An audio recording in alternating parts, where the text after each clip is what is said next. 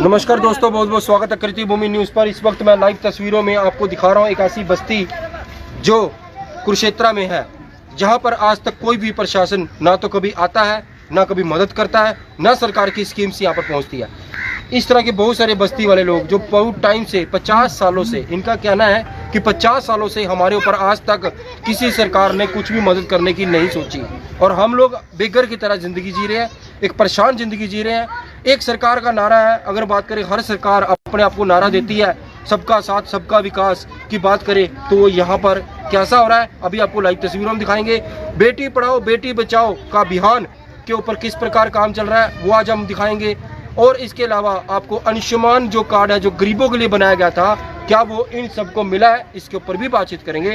तो सबसे पहले इस बस्ती का एक पर्सन हमारे बीच में मौजूद है, हम चाहेंगे सबसे पहले इसी से बात करते हैं एक बार, क्या समस्या है इसकी बस्ती की और क्यों नहीं आज तक सुनवाई हो पा रही है। तो सबसे पहले अपना नाम बताइए आप। सर मेरा नाम फिरोज खान है। फिरोज खान, क्या ये जो आप बस्ती में रह रहे हो, कितने समय से आप रह रहे हो यहाँ पर? सर सन 1962 में राजस्थान का पानी का काल पड़ गया था, तब से दादे परदादे भाग इधर आए थे इस हरियाणा के अंदर। तब से Aadhaar card, voter card, ration card सब कुछ बना है, लेकिन किसी प्रकार की हमें सरकार की कोई सहायता नहीं मिलती है।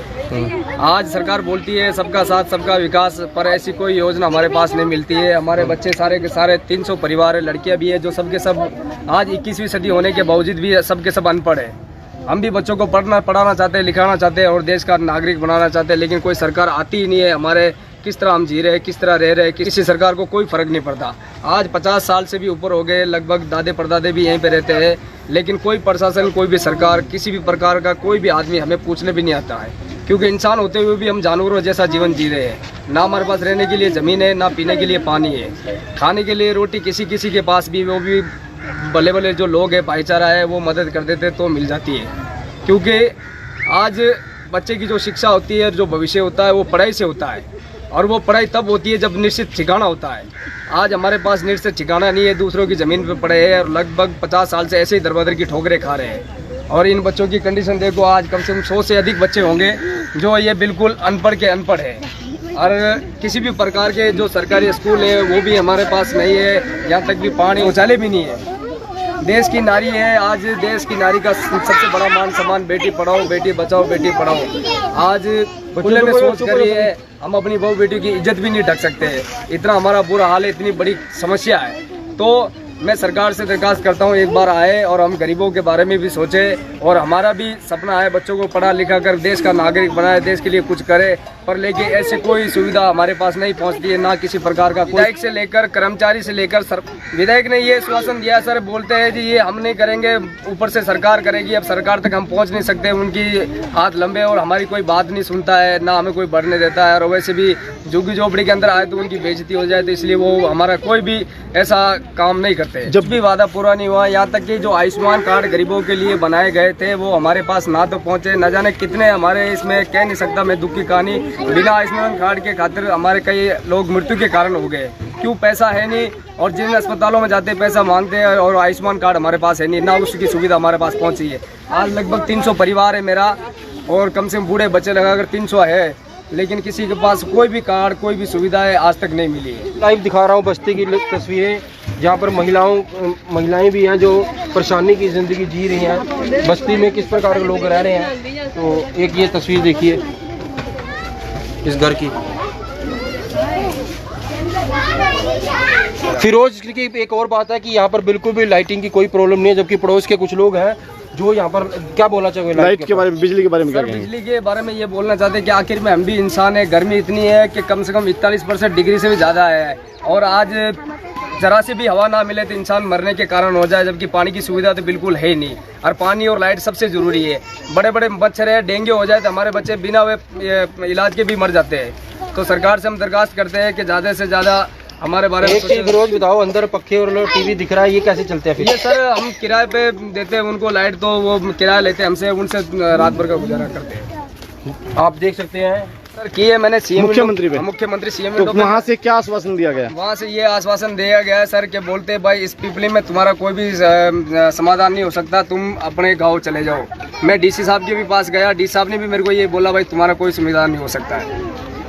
होगा जल्द यहाँ पर बच्चों का जो भविष्य है वो भी खतरे में है।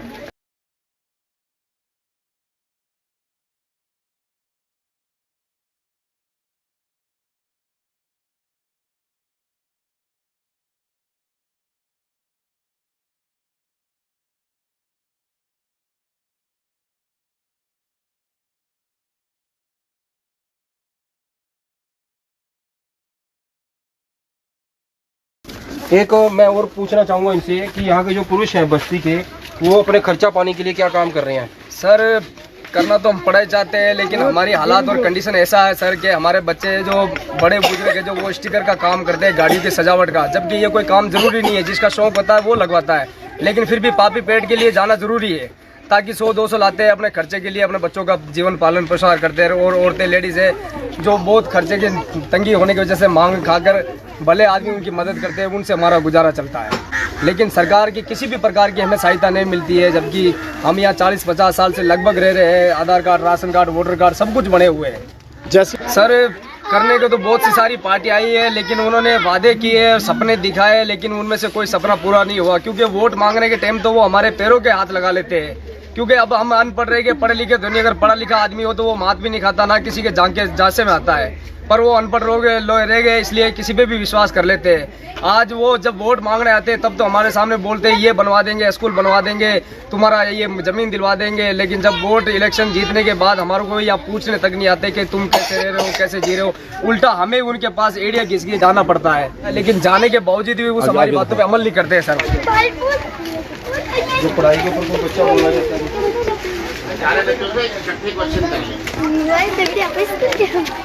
हाँ जी बच्चों, क्या बोलना चाहते हो? पढ़ना चाहते हो आप? स्कूल जाना चाहते हो? तो अभी बिल्कुल नहीं पढ़ाई कर पा रहे? नहीं कर पा रहे। अगर बेटा आपका एडमिशन करा दिया जाए, पढ़ोगे आप? सब पढ़ोगे? इन बच्चों की समस्या का समाधान हो जाएगा। बच्चों को जब ध्यान से देखिए हैं, स्कूल में भिजवाते हैं इनको। शिक्षा मंत्री से बात करेंगे इस बारे में। देखिए शिशु बच्चे कितने मासूम बच्चे हैं, छोटे छोटे बच्चे सभी कहते हैं पढ़ने के लिए मैं भी पढ़ूंगा, और सबका पढ़ना सबका अधिकार है। इनका मौलिक अधिकार छीना जा रहा है। देश की सरकार से हम भी एक अनुरोध करेंगे अपने चैनल के माध्यम से कि बच्चों का जो मौलिक अधिकार है वो छीना जा रहा है। पहले गाँव है, वहाँ से पानी लेके आते हैं। कौन सा गाँव है? किशनपुरा गाँव है। कितनी दूर है यहाँ से? यहाँ से 1.5 आधा किलोमीटर है। इतनी दूर से पानी लेके आते हैं। बच्चे बहुत परेशान है, ना लेट ना पानी, मच्छर काटते और कुछ हमारा फायदा नहीं करा सरकार ने। हम बहुत दुखी है, हर चीज से परेशान है हम। इनके वजह से ना थोड़ी हमारी सरकार मदद कर ले तो कितना फायदा होगा गरीबों के लिए। देखिए यहाँ पर बेटी बचाओ बेटी पढ़ाओ का नारा भी फेल होता हुआ दिखाई दे रहा है। बेटियां सुरक्षित नहीं हैं, और एक तरफ तो हमारे नरेंद्र मोदी जी प्रधानमंत्री नारा लगाते हैं, बड़े बड़े होल्डिंग लगा दिए जाते हैं, बेटी बचाओ बेटी पढ़ाओ, बसों के ऊपर लिख दिया जाता है। खर्चा सरकार करती है, पर लेकिन जनता के ऊपर न लगाने के लिए यहाँ पर कोई तैयार नहीं है। ये आपको दिखा रहे हैं उठा के पानी लेके आ रहे हैं। और आप भी कुछ कहना चाहेंगे? हमारे बीच में बुजुर्ग भी जुड़ चुके हैं, हम इनसे भी जानना चाहेंगे, ये क्या कहना चाहेंगे? 50 साल से ऐसे ही घूम रहे बाबू, हमारी कोई परिस्थिति नहीं हुई, कोई किसने नहीं घूम। अब आपने क्या लगता है, अब बदलाव की स्थिति में है या फिर आप सरकार से अभी भी उम्मीद करते हैं कि सरकार आपकी बात सुनेगी? सुनो, हमारी बात सुनो बाबू जी, जो हमारी बात सुनेगा हमारे लिए भगवान होएगा वो। हम तो 50 साल ऐसे ही घूम रहे अभी तक। सर हम तो ये चाहते हैं सरकार से कि आज हम इंसान हैं और इंसान होते भी जानवर जैसा जीवन जी रहे हैं, तो हम ये चाहते हैं सरकार से कि हमारे बारे में भी हम भी बदलाव लाना चाहते हैं। हमारे बारे में अगर सही तरीके से सोचे, और आखिर में सबसे बड़ी चीज़ है इंसानियत, क्योंकि इंसान के काम आता है, क्योंकि इंसानियत ही सबसे बड़ी चीज़ है। हिंदू हो या मुस्लिम, खून सबका एक जैसा है। रोटी वो भी खाते हैं, रोटी हम भी खाते हैं। फ़र्क एक इस तरह है कि हम गरीब है और वो लोग अमीर है। गरीब के बारे में कोई नहीं सोचता, पर अमीरों के बारे में सब कुछ सोचा जाता है। आज हमारे हाथ लंबे नहीं है, इसलिए हमारे बच्चे परेशान हैं और अनपढ़ हैं। तो हम चाहते हैं सरकार से, निवेदन करते हैं नरेंद्र मोदी से कि हमारे बारे में सोचें और हमारी कंडीशन देखकर हमारी बातों पर अमल करें, और हमारे बच्चे को मौका दे कि ये भी पढ़ लिख कर देश के नागरिक बन सके और अच्छी नौकरी मिले इन्हें भी, और ये भी अपना जीवन सही से बसार सके। लोकेंद्र गोयल जी, जो यहाँ के एक समाज सेवी इनके लिए एक देवता के रूप में उभर के आए हैं, जिन्होंने इनकी मदद की है और आज भी इनके साथ खड़े हैं, इनकी आवाज़ को उठाने के लिए तैयार है, हमारे बीच में मौजूद है। आइए एक बार डॉक्टर लुकेंद्र गोयल जी से बात करते हैं कि वो क्या कहना चाहेंगे इस सारे जो देखा है अभी लाइव। मैं तो सिर्फ ये कहना चाहूँगा कि सरकार को चाहिए कि ये देखे जितने नारे दे रहे हैं, होर्डिंग लगा रहे हैं, वो बेस लेवल पर कितना पहुंच रहा है। 50 साल में कांग्रेस की सरकार बदली, बीजेपी की सरकार आई, हम आम आदमी पार्टी के से भी उम्मीद करते हैं कि आने वाले टाइम में, पर आम आदमी पार्टी के इलेक्शन तो अभी 2-2.5 साल है, पर हम सारी सरकारों को, बीजेपी के खट्टर साहब को भी रिक्वेस्ट करते हैं हाथ जोड़कर, इन 2-2.5 साल में इनका पहले सुध ले लें, क्योंकि ऐसे में आपकी कोई योजना इनके पास नहीं है, ना स्वच्छ पानी है, ना स्वच्छता है, ना कोई टॉयलेट बाथरूम बना हुआ है, ना बिजली की सुविधा है, बच्चों को पढ़ाई की कोई सुविधा नहीं है। जो इनको बेटी के शादी में पैसे दिए जाते हैं वो इनके पास नहीं पहुंचते, आकर पूछते हैं कितनी पढ़ी लिखी हो। बच्चे पढ़ना चाहते हैं, सब में बहुत दिमाग है, इनको सिर्फ एनवायरनमेंट नहीं मिल रहा है। ऐसा नहीं है कि ये बच्चे पढ़ नहीं सकते, पढ़कर बहुत आगे निकल सकते हैं, पर अगर पिछले 75 साल से ये लोग हैं, 50 साल से हरियाणा में शिफ्ट हो गए हैं, पर ये भारत देश के वासी हैं। अब मान लो ये राजस्थान से आए हैं, यहाँ पर लोग गुजरात से भी आए हैं, यहाँ पर लोग झारखंड से भी आए हैं, वो दूसरी बस्तियों में रहते हैं, पर उनको वहाँ का झारखंडी बताया जाता है, इनको राजस्थानी बताया जाता है। 50 साल में भी अगर बंदे का हो, 3 साल में तो डोमिसाइल बनने लगा है आजकल। इनको कोई सुविधा यहाँ पर क्यों नहीं दी जा रही? हम बात करते हैं कि अंत तक हम सबका काम करेंगे, सिर्फ ये बातों में है बात। सारे हमारे मंत्री बोलते हैं, पर वो आकर देखें तो सही कि हमारे भारतवासी किस हालत में रह रहे हैं। मेरे को तो कोरोना में पता है, इनके बच्चों को किसी को हार्ट डिजीज हो गई, कोई मेरे पास आया, हमने लंबा टाइम उसको रखा। इनके आयुष्मान कार्ड भी नहीं थे, ना इनके पास पैसे की कोई सुविधा थी।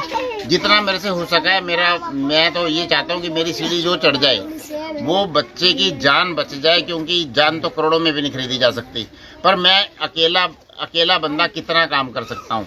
इनको कोरोना में इनके स्टिकर लगाने का काम करते हैं, वो काम भी बंद हो गई। ये भूखे मर रहे थे तो इनकी औरतें हमारे पास आई, सबको हमने महीने का राशन कई बार दिलाया। पर मैं अकेला आदमी कितने लोगों का और कितना लंबा टाइम कर सकता हूँ। मैं सोचता हूँ कि सारा गवर्नमेंट का ये बनता है कि जब ये सारे लोग इतना खर्च कर सकते हैं, बड़े बड़े मंदिर बना रहे हैं, बड़ी बड़ी मूर्तियाँ लगा रहे हैं, तो ये जो लाइव मूर्ति भगवान ने पैदा की हुई है, इनकी सेवा क्यों नहीं करने के लिए आगे आते? ये जो मरे हुए बंदे हैं 50 साल पहले, 100 साल पहले, या किसी युद्ध में, स्मारक में, वो उनके ऊपर पैसा खर्च हो रहा है। बताओ, जो पुरानी चीज़ें हैं उनको छोड़कर जो आगे ज़िंदगी है, जिन बच्चों की छोटों की ज़िंदगी है, उसके लिए काम क्यों नहीं हो रहा? ये रियल भगवान है, ये रियल परमात्मा का स्वरूप है। जो लोग चले गए वो चले गए, पास्ट के पीछे पड़े हुए, अपना फ्यूचर नहीं देख रहे।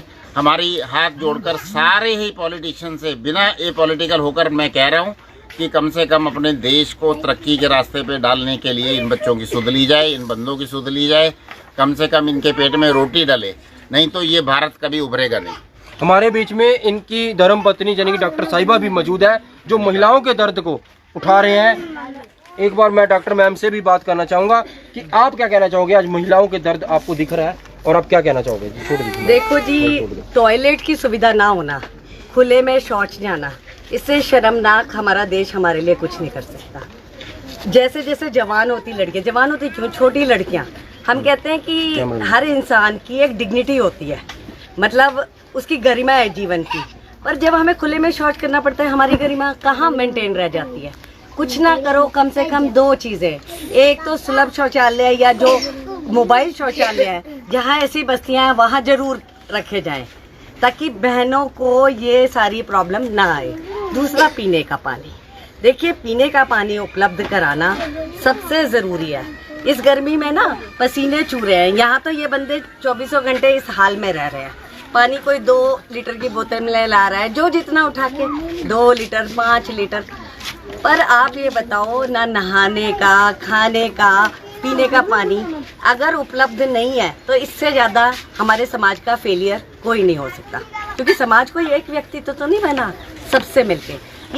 ये तो हाशिए पे कर दिया सोसाइटी ने। समाज ने क्या करा, एक तरफ धकेल दिया कि मेरे तो 500 गज के घर बन गए, मेरे 1000 गज के बन गए, मैं हाई फाई, मेरे घर में 3 गाड़ियाँ और यहाँ पे मूलभूत सुविधाएं भी नहीं। तो मेरा निवेदन है सारे प्रशासन से कुरुक्षेत्र के कि कृपया इस बात पे गौर करें और हाशिए पे मत धकेलें हमें। ये नहीं कि एक जगह से दूसरी जगह भगा दे, गरीब को मत भगाओ, गरीबी भगाओ, यही मेरा रिक्वेस्ट है। तो डॉक्टर लोकेंद्र गोयल जो एक सोच को दिखा रहे हैं, इनका पति पत्नी दोनों एक सोच को दिखा रहे हैं, ना कि कोई पॉलिटिशियन बन के इन गरीबों की मदद कर रहे हैं समाज सेवी के रूप में, जो चाहते हैं कि सरकार किसी तरीके से इन सबकी मदद कर सके।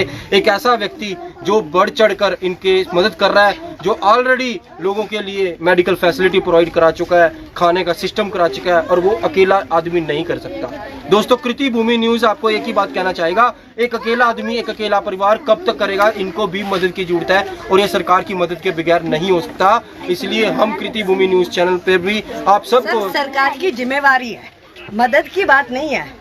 हम इसी देश के बाशिंदे हैं, सरकार की ये हमारी मूल सुविधाएं हैं, ये मूलभूत हमारे को हमारी जरूरत है। मूल सुविधाएं मिलनी चाहिए जी, ये हमारा राइट है। ये हमारा अधिकार। पर लेकिन धर्मशालाएं बन रही हैं, इतनी सारी धर्मशालाएं बन रही हैं और इतने बड़े बड़े मूर्तियां लगाई जा रही हैं और करोड़ों में मूर्तियां लग रही हैं, स्मारक बन रहे हैं। इस पर पैसा लगाने की जगह ये रियल जो भगवान की मूर्तें हैं, इनकी सेवा बहुत जरूरी है। और ये हिंदू धर्म, कोई भी धर्म हो, उससे मैटर नहीं करता, ये इंसानियत का धर्म है। तो लास्ट में ये चाहता हूँ सर कि जैसी सोच डॉक्टर गोयल जी की और मैम साहिबा की है, अगर ऐसी सोच सरकार बनाए तो आज मैं ये सब चाहता हूँ कि देश की सारी गरीबी मिट जाए। अगर शब्दों के इस्तेमाल पर और उसी शब्दों पर अमल करे तो इस देश में मैं दावे के साथ कहता हूं कि गरीबी मिट जाएगी और इस देश का नाम इतिहास में पढ़ा जाएगा कि हमारा भारत और हमारा देश स्वच्छ है और वाकई ही भारत के लोग और सच्चे और ईमानदार है।